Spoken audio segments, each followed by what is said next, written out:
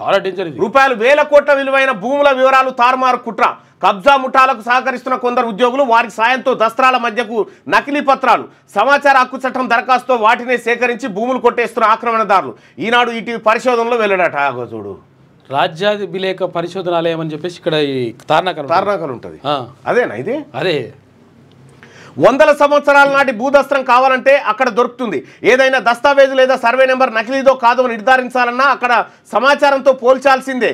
ఎందుకంటే దేశంలో రెండో అత్యంత పురాతనమైన బహమానీ సుల్తాన్ ఫిరోజ్ షా కాలం నాటి ఫర్మానాలు మొదలుకొని నిజాం కాలం నాటి దఫ్తర్ రికార్డులు 1282వ సంవత్సరం నుంచి 1956 వరకు 2,15,090 దస్త్రాలతో కూడిన సుబేదారీ పాయోగా భూ వివరాల వరకు 4.30 కోట్లకు పైగా కీలక పత్రాలు అక్కడే నిక్షిప్తమై ఉన్నాయి. అదే Telangana state archives and research institute రాజ్యాభిలేఖ పరిశోధనాలయం. ఎవరైనా ఆయా కాలంలో దస్త్రాలకు నకిలీవి సృష్టించి భూములు కాజేసే ప్రయత్నం చేసే పక్షంలో సంబంధిత రెవెన్యూ విభాగాలు లేదా న్యాయస్థానాలు అవి అసలైనవో కావో తేల్చాలంటూ ఆర్కైవ్ విభాగానికి లేఖ రాస్తాయి.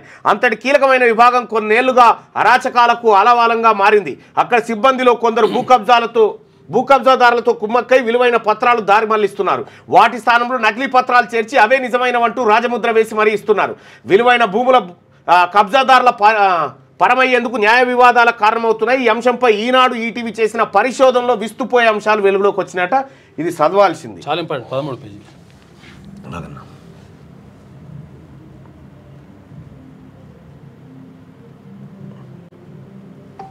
13 అంటే 13లోనే ఉంటుందా?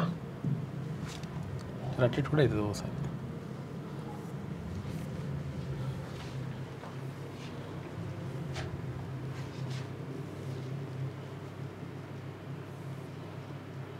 వాళ్ళు 13 అని రాస్తారు కానీ ఇక్కడ 13 ఉన్నదన్న.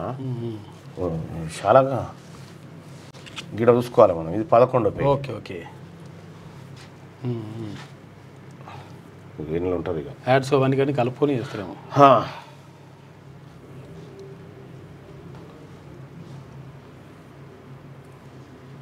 ఏదే ఇది 15. దీనిపై దీనిలో ఉండాలి. ఇది 14 కాదు. ఇది 13వ పేజీ. ఇదే ఉండాలి. ఇందులో ఉండాలి మరి. ఇగో ఓకే. హైదరాబాద్ నగరం చుట్టూ విస్తరించి ఉన్న ఉమ్మడి రంగారెడ్డి జిల్లాలో 2.5 దశాబ్దాల క్రితం భూములకు పెద్దగా గిరాకీ కానీ విలువ కానీ ఉండేది కాదు.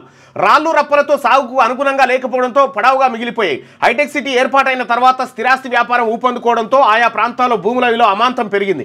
ఈ క్రమంలో వాటిపై కన్నేసే ముఠాలు తయారయ్యాయి. వాటిని సొంతం చేసుకునేందుకు 3 దశల్లో పక్కా ప్రణాళికలను అమలు చేస్తున్నారు. 105 ఆఫ్ మంచిరేవుల ఫైల్ నెంబర్ పేరిట గూడు పుటానికి కదిలిందట. అమ్మ ఇడికి పోవాలని ఒకసారి.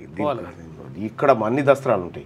సాధారణంగా ఏదైనా భూమికి సంబంధించిన అడంగల్ పహానీ లేదా సేత్వార్ లేదా ఇతర రికార్డుల కోసం సమాచార హక్కు చట్టం ద్వారా దరఖాస్తు చేస్తే సర్వే నెంబర్ లేదా పట్టాదారు వివరాలు లాంటి అంశాలను పొందుపరచాలి. అలాంటి వివరాలేమీ లేకుండానే కొన్నేళ్ల క్రితం ఆర్కే విభాగానికి 4 దరఖాస్తులు వచ్చాయి. నిజాం ఈ Atiyat department board of revenue ఫైల్స్లోని 105 of Manchirevula village Gandipet mandal judgment number 187 19/1957 file నెంబర్కి సంబంధించిన రికార్డులు ఇవ్వాలనేది వాటి సారాంశం. సాధారణంగా పాతకాలం నాటి దస్త్రాలు వెతికి ఇవ్వడానికి అక్కడి సిబ్బంది కొంత సమయం తీసుకుంటారు. కొన్నింటికైతే నెలలు గడిచిపోతాయి. కానీ ఈ కేసులో రికార్డ్ అసిస్టెంట్ ఆర్కేవిస్టు ఇద్దరు కలిసి దరఖాస్తుదారులకు అదే రోజు సమాచారం అందజేయడం విస్తుగొలిపే అంశం. అలా ఆర్కేవ్స్ విభాగం నుంచి పొందిన వివరాలతో కొందరు భూమిని సొంతం చేసుకునే ప్రయత్నాలు చేయడంతో బాధితులు న్యాయస్థానాన్ని ఆశ్రయించారు. ఈ వివాదంపై నార్సింగ్ ఠాణాలో 2018లో కేసు నమోదైంది. ఈ క్రమంలో సైబరాబాద్ పోలీసులు వివరాలు ఇవ్వాలంటూ 2019 ఆగస్టు 26న ఆర్కేవ్స్ విభాగం డైరెక్టర్కు లేఖ రాయగా నెలల తరబడి ఇవ్వకుండా కాలయాపన చేశారు. సైబరాబాద్ అప్పటి కమిషనర్ విసి సజ్జనార్ ఈ అంశాన్ని తీవ్రంగా పరిగణించి స్వయంగా లేఖ రాయడంతో చివరకు 2021 ఫిబ్రవరి 2న డైరెక్టర్ జరీనా పర్వీన్ సమాధానం పంపించారు. అసలు ఫైల్ నంబర్ 105 ఆఫ్ మంచిరేవుల పేరుతో తమ కార్యాలయంలో ఎలాంటి వివరాలు లేవని స్పష్టం చేశారు. సుమారు 76 ఎకరాల కోసం తప్పుడు పత్రాలు సృష్టించేందుకు యత్నించిన ముఠాలు ఈ దందా వెనుక ఉన్నట్టు పోలీసుల దర్యాప్తులో వెల్లడైంది. ఈ భూమి విలువ బహిరంగ మార్కెట్లో 3,500 కోట్ల మేర ఉండటాన్ని బట్టి భూ కబ్జాదారులు వాటిని సొంతం చేసుకునేందుకు ఎలాంటి ప్రణాళికలతో ముందుకెళ్లారో అర్థం చేసుకోవచ్చు. ఏళ్లుగా ఆమె కన్సర్న్లోనే ఆర్కే విభాగానికి గతంలో డైరెక్టర్గా ఐఏఎస్లు ఉండేవారు. ఆ హోదాను నాన్ క్యాడర్కి తగ్గిస్తూ కొన్నేళ్ల క్రితం ఉన్నత విద్యా శాఖ జీవో 95 జారీ చేసింది. అంతకుముందు డిప్యూటీ డైరెక్టర్గా ఉన్న జరీనా పర్వీన్ ఆ జీవో ప్రకారమే 2007లో ఆర్కే విభాగం డైరెక్టర్గా నియమితులయ్యారు. మధ్యలో 2 ఏళ్ల పాటు కిస్మత్ కుమార్ పనిచేసిన తర్వాత ఆమె కొనసాగారు. రాష్ట్ర విభజన అనంతరం ఏర్పాటైన తెలంగాణ స్టేట్ ఆర్కైవ్ శాఖకు ఆమె సారథ్యం వహించారు. 10 ఏళ్ల క్రితం ఉద్యోగ విరమణ చేసినప్పటికీ ఇప్పటి వరకు కొత్త డైరెక్టర్ నియమించకపోగా ఏటా జరీనా పర్వీన్ సర్వీసును పొడిగిస్తూ ఉత్తర్వులు జారీ అవుతుండడం గమనార్హం. రాజధానిలో కీలకంగా ఉన్న ఓ రాజకీయ పార్టీ నేత సిఫారసుతోనే ఆమెను కొనసాగిస్తున్నారనే వాదనలు ఉన్నాయి. విశ్రాంత ఉద్యోగుల సేవలకు రాష్ట్ర ప్రభుత్వం ఉద్వాసన పలకడంతో గత మార్చి 29న ఆమె ఉద్యోగం నుంచి వైదొలగాల్సి వచ్చింది. ఆ తర్వాత కూడా విధులకు హాజరవుతుండడంతో ఆర్కైవ్ శాఖ ఉద్యోగులు ఆందోళన నిర్వహించి ఆమె పేరుతో ఉన్న బోర్డును తొలగించడం సంచలనం కలిగించింది. అనుమతి లేకుండానే డిజిటలైజేషన్. ఆర్కైవ్స్ విభాగంలో వైపు ఇరాన్కు చెందిన నూర్ మైక్రో ఫిలిమ్స్ కంపెనీ, మరోవైపు వక్ఫ్ బోర్డు ఉద్యోగులు పురాతన రికార్డుల నిబంధనలకు విరుద్ధంగా స్కానింగ్ చేస్తుండడం ప్రస్తుతం అక్కడ ఆ వివాదం రాజేస్తుంది.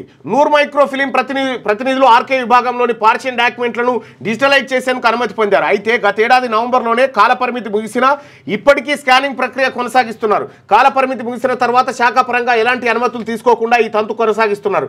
అక్కడే ఉన్న వక్ఫ్ బోర్డు భూముల రికార్డులను అక్కడి ఉద్యోగులు స్కాన్ చేస్తున్నారు. వాస్తవంగా స్కానింగ్ అనుమతి కోరుతూ వక్ఫ్ బోర్డు కార్యాలయం నుంచి గత ఫిబ్రవరి 19న ఆర్కే విభాగం డైరెక్టర్ జరీనా పర్వీన్కు లేఖ వచ్చింది. పాతకాలం నాటి పత్రాలను గంపగుత్తగా స్కానింగ్ చేయాలంటే తప్పనిసరిగా ప్రభుత్వ అనుమతి తీసుకోవాలి. పురాతన పత్రాలు కావడంతో జాగ్రత్తగా నిపుణుల సమక్షంలోనే స్కానింగ్ ప్రక్రియ చేపట్టాల్సి ఉంటుంది. అందుకు విరుద్ధంగా ప్రభుత్వం దృష్టికి తీసుకెళ్లకుండానే డైరెక్టర్ డిజిటలైజేషన్ అనుమతి ఇచ్చారు అని అక్కడి ఉద్యోగులు ఆరోపిస్తూ ఉన్నారు. ఇగో ఎట్లా వీళ్ళు ఏం చేసిరో చూడ్రి. వీళ్ళు ఎట్లా కొట్టేస్తారట భూములు దీని పేరు మీద. తొలుత విలువైన పురాతన భూములను ముఠా సభ్యులు గుర్తిస్తారు. పూర్వకాలంలో నిజాం ఓ వ్యక్తికి ఇనాంగా ఇచ్చారంటూ ముంతకాబ్ లేదా ఫర్మానాలను సృష్టిస్తారు. ఆ వ్యక్తి పేరిట ఓ కుటుంబ వృక్షాన్ని రూపొందిస్తారు. వారసులుగా కొందరిని తెరపైకి తెస్తారు. వారి పేరుతో 5-6 దశాబ్దాల క్రితం నాటి తేదీతో నకిలీ దస్త్రాన్ని సృష్టిస్తారు. పాత తేదీలతో దస్త్రాలు తయారు చేసే ముఠాలు పాత బస్తీ కేంద్రంగా ఉన్నట్టు దర్యాప్తు క్రమంలో పలు సందర్భాల్లో వెల్లడైంది. నకిలీ దస్త్రాలు సృష్టించిన అనంతరం ముఠా సభ్యులు ఆర్కే విభాగంలోని ఇంటి దొంగలను సంప్రదించి వాటిని దొంగచాటుగా అక్కడి దస్త్రాల మధ్యలోకి చేరుస్తారు. తర్వాత పాతకాలం నాటి భూ దస్తావేజులు కావాలంటూ సమాచార హక్కు చట్టం కింద దరఖాస్తు చేస్తారు. అప్పటికే వారితో కుమ్మక్కైన ఇంటి దొంగలు ఆర్కేఎస్ విభాగం ఇచ్చినట్లుగా పేర్కొంటూ అదే దస్త్రంపై రాజముద్ర వేసి సంబంధిత దస్తావేజులను ముఠాలకు అందజేస్తారు. ఆ వివరాలు నిజమైనవేనని నమ్మించేందుకు ఆ ముఠాలు మరికొన్ని ఎత్తుగడలకు పాల్పడుతున్నాయి. అదే దస్త్రం కోసం 5-6 పేర్లతో దరఖాస్తు చేసి తీసుకుంటున్నాయి.